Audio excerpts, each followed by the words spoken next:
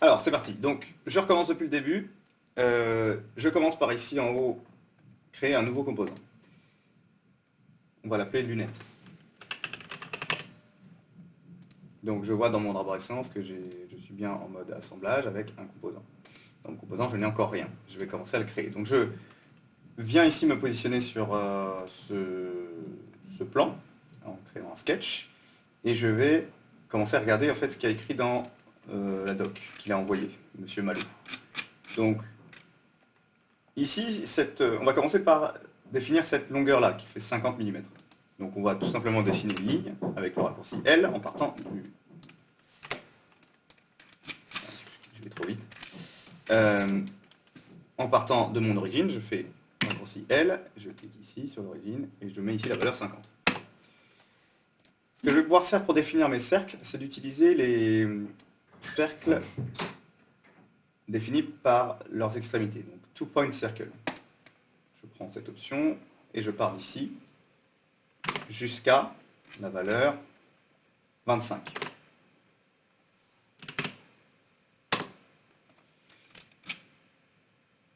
Ici, mon cercle n'est pas entièrement défini. Vous voyez bien qu'il peut se promener.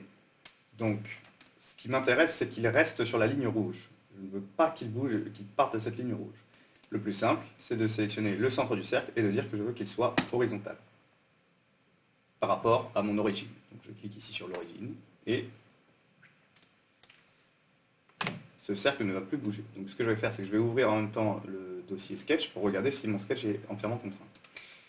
Et en l'occurrence, c'est bon, puisqu'il y a le petit cadenas. De l'autre côté, on va également faire un cercle de 17 mm, mais pas en partant du centre, toujours en partant des deux extrémités. Donc 17. Et ici, même manipulation, je veux que mon centre soit horizontal par rapport à l'origine. Très bien. On va pouvoir maintenant créer des cercles qui vont me permettre de faire le contour extérieur.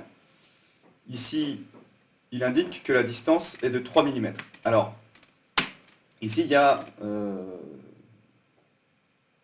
n'ai pas envie de dire que c'est un piège, parce que c'est évidemment pas volontaire, étant donné que c'est pas pour piéger quelqu'un qu'il a fait ça. Mais en fait, quand on regarde bien ici, s'il y a 3 mm de distance entre l'intérieur et l'extérieur de cet élément, en fait, cette valeur de 3 mm, c'est un rayon qu'on est en train de donner. Donc, si je rajoute 3 à 25, mais 25 plus 3, imaginons que je sache pas faire le calcul, je peux ici utiliser un spect, donc I, pour regarder quelle est la distance qui m'a mis entre ces deux éléments. Et en fait, on voit bien que là, on est à 1,5. Et en fait, ça, c'est parce que lorsqu'il indique la valeur de 3 mm, c'est un rayon, alors que quand il indique la valeur de 25, c'est un diamètre. Du coup, il faut doubler cette valeur. Je vais donc revenir à cette valeur-là, qui est de 28. On va être 25 plus 3 plus 3. Okay. De l'autre côté, on va faire pareil. 17 plus 3 plus 3. Maintenant, je veux relier ces deux éléments. On va utiliser une ligne.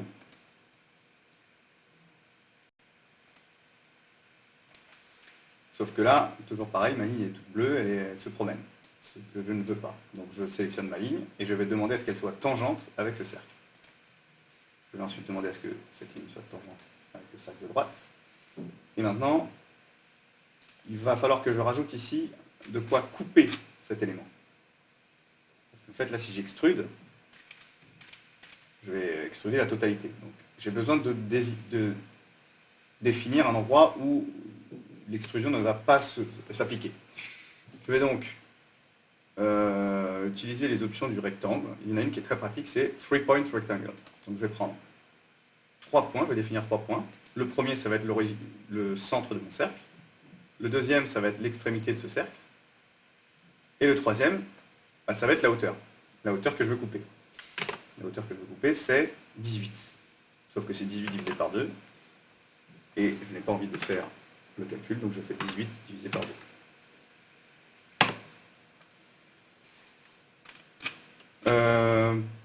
dans l'idée de couper la forme, je vais ici relier ces deux éléments. Et pareil, de l'autre côté, je vais faire une ligne qui va me permettre de couper tout ça. Donc je vois que mon sketch est bien entièrement défini. Je peux terminer.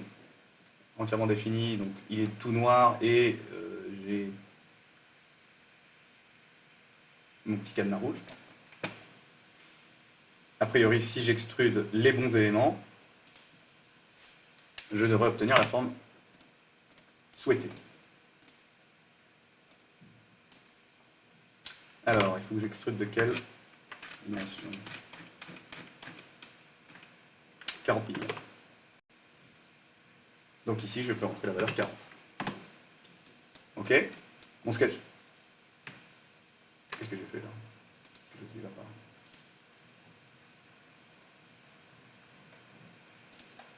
Non, je crois que c'est bon, c'est juste que je n'ai pas sélectionné. J'ai oublié de prendre ça. Non. Je n'avais pas sélectionné les bons éléments là. Donc, ce que je fais dans ce cas, c'est que je reviens à mon... Je remonte, hein, ça tombe bien que ça arrive. Là, ici, je me suis trompé lors de mon extrusion. J'ai extrudé, en fait, des éléments que je ne voulais pas rendre en 3D dans mon sketch.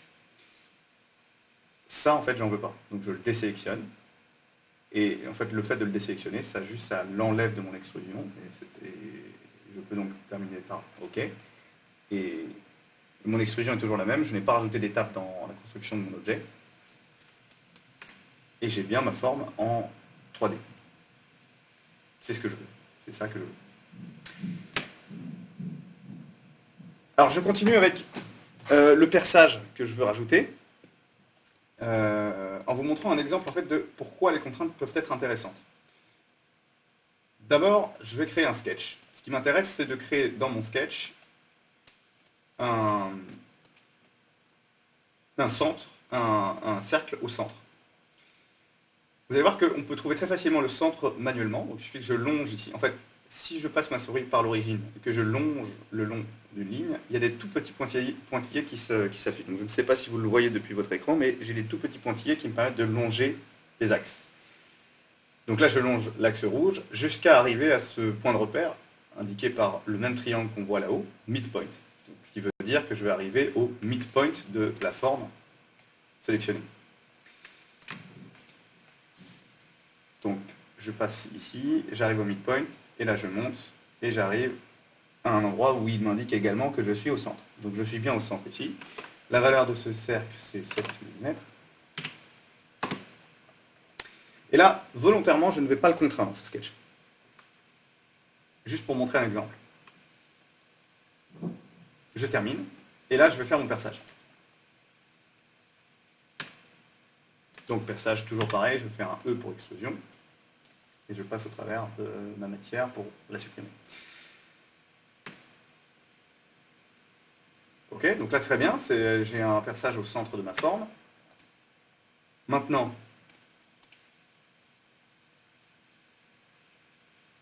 imaginons que M. Malou, il me dise, c'est possible, il peut très bien me rappeler, ils me disent en fait ici c'est pas 50 que je veux, je me suis trompé, c'est 20 mm. Donc, moi, dans mon modèle, je vais pouvoir revenir ici à mon sketch et me dire, très bien, je vais modifier ici la valeur, c'est pas compliqué, je vais mettre 20. Ok, terminé.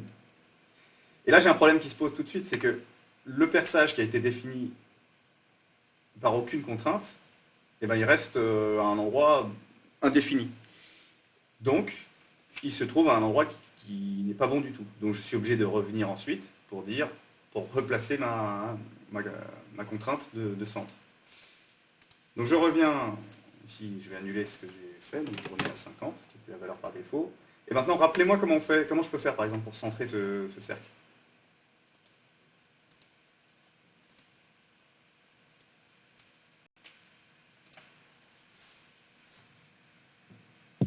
C'est qu'on...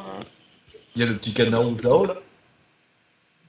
Alors, si j'utilise le cadenas, ça va être pareil. Le triangle. Ouais, le triangle. Et quoi d'autre? Et le centre du rectangle au milieu, non? Ouais, comment je peux faire pour trouver ça? Faut appuyer sur le rond, centre du cercle et le centre du rectangle, non? Alors, le centre Ah du non, faut rectangle, mettre une ligne au milieu, faut mettre une ligne voilà, au milieu. voilà, c'est ça.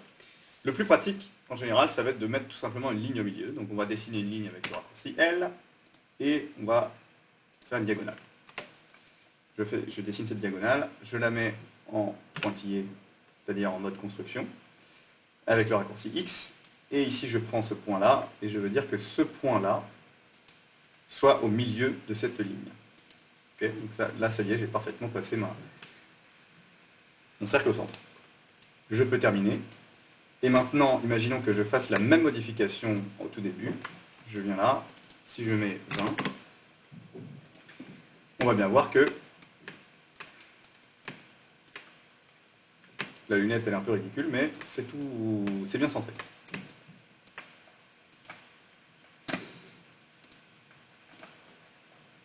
Ok, donc je continue.